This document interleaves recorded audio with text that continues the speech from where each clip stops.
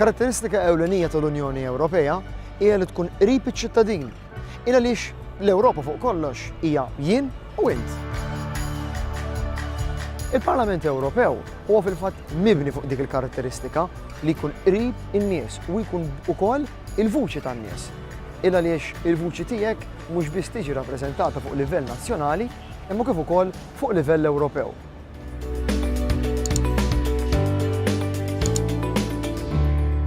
X'inhuwa eżatt il-Parlament Ewropew? Is-751 membru li jiffurmawh li wara Mejju li ġej se jinżlu għal 705 wara l-ħruġ tar-Renju Unit mill-Unjoni huma organizzati fi 8 gruppi politiċi u mexxija minn President wieħed li bħalissa huwa Taljan Antonio Tajani. Ġuda l-bini massiv għaw il-fuq minn 700 membru parlamentari Ewropew. Inti ċittadin, permezz ta' dawn in-nies għandek vuċi diretta fuq il-proċess Ewropew u fuq dak kollu li jiġri ġo pajjiżek u fuq livell tal-Unjoni Ewropea. Ħafna mix-xogħol isir fil-bini tal-Parlament Ewropew fi Brussell. Iżda 5 sigħat karozza bogħod mill-kapitali tal-Belġju fil-belt ta' Strasburgu fi Franza hemm bini ieħor tal-Parlament Ewropew fejn l-Ewroparlamentari kollha jiltaqgħu mill-inqas darba fix-xahar għas-sessjonijiet plenarji biex jivvutaw u jieħdu l-aktar deċiżjonijiet importanti fuq ix-xogħol li jkunu għamlu f'kumitati differenti li għandu l-Parlament Ewropew. Flimkien mal-Parlament Ewropew, hawn ukoll il-Kummissjoni Ewropea u l-Kunsill. Dawn flimkien jaqdu l-istituzzjonijiet famużi tal-Unjoni Ewropea. Dawn ukoll huma l-kolonni fundamentali tal-istess Unjoni. Differenza ewlenija bejniethom hija li min jagħmel parti mill-Kummissjoni Ewropea jew il-Kunsill tal-Unjoni Ewropea dawn mhumiex eletti direttament miċ-ċittadini, fosthom aħna l-Maltin. Il-membri parlamentari Ewropej ukoll jiffurmaw minn diversi kumitati. Fost dawn il-kumitati jinsibu dak tal-libertajiet ċivili u kif ukoll tal-ambjent.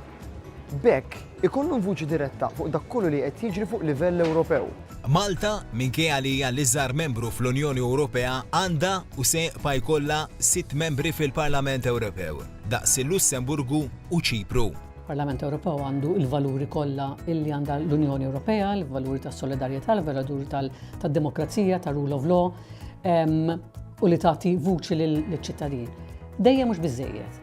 Il-problema li naħseb li għandu l-Parlament Ewropew u forsi anke l-istituzzjonijiet oħrajn tal-Unjoni Ewropea hija illi m'hemmx biżżejjed għarfien miċ-ċittadin illi kemm huma importanti. Jiena naħseb ħafna mill-xogħol li jagħmel il-Parlament Ewropew u li jagħmlu l-MEPs allura mhux daqshekk magħruf maċ-ċittadin. Aħna minkejja li aħna istituzzjoni leġislattiva ma nipproponux liġijiet aħna. Il-Kommissjoni tipproponi imma għandek liġijiet fejn allura tkun dak li jseħħ co-decision bil u deċiżjoni f'daqqa aħna flimkien mal-istituzzjoni tagħna. 7 xhur mill-elezzjonijiet tal-Parlament Ewropew u l-Maltin jidher li huma fost l-aktar marfa meta se jsiru. 75% tal-Ungeriżi jafu li l-elezzjonijiet se jsiru bejn it-23 u s-26 ta' Mejju li ġej. L-inqas li jafu meta se jsiru huma l-Latvjani u l-Ispanjoli. F'Malta, l-elezzjoni biex neleġġu is-6 Ewroparlamentari se ssir is-Sibt 25 ta' Mejju.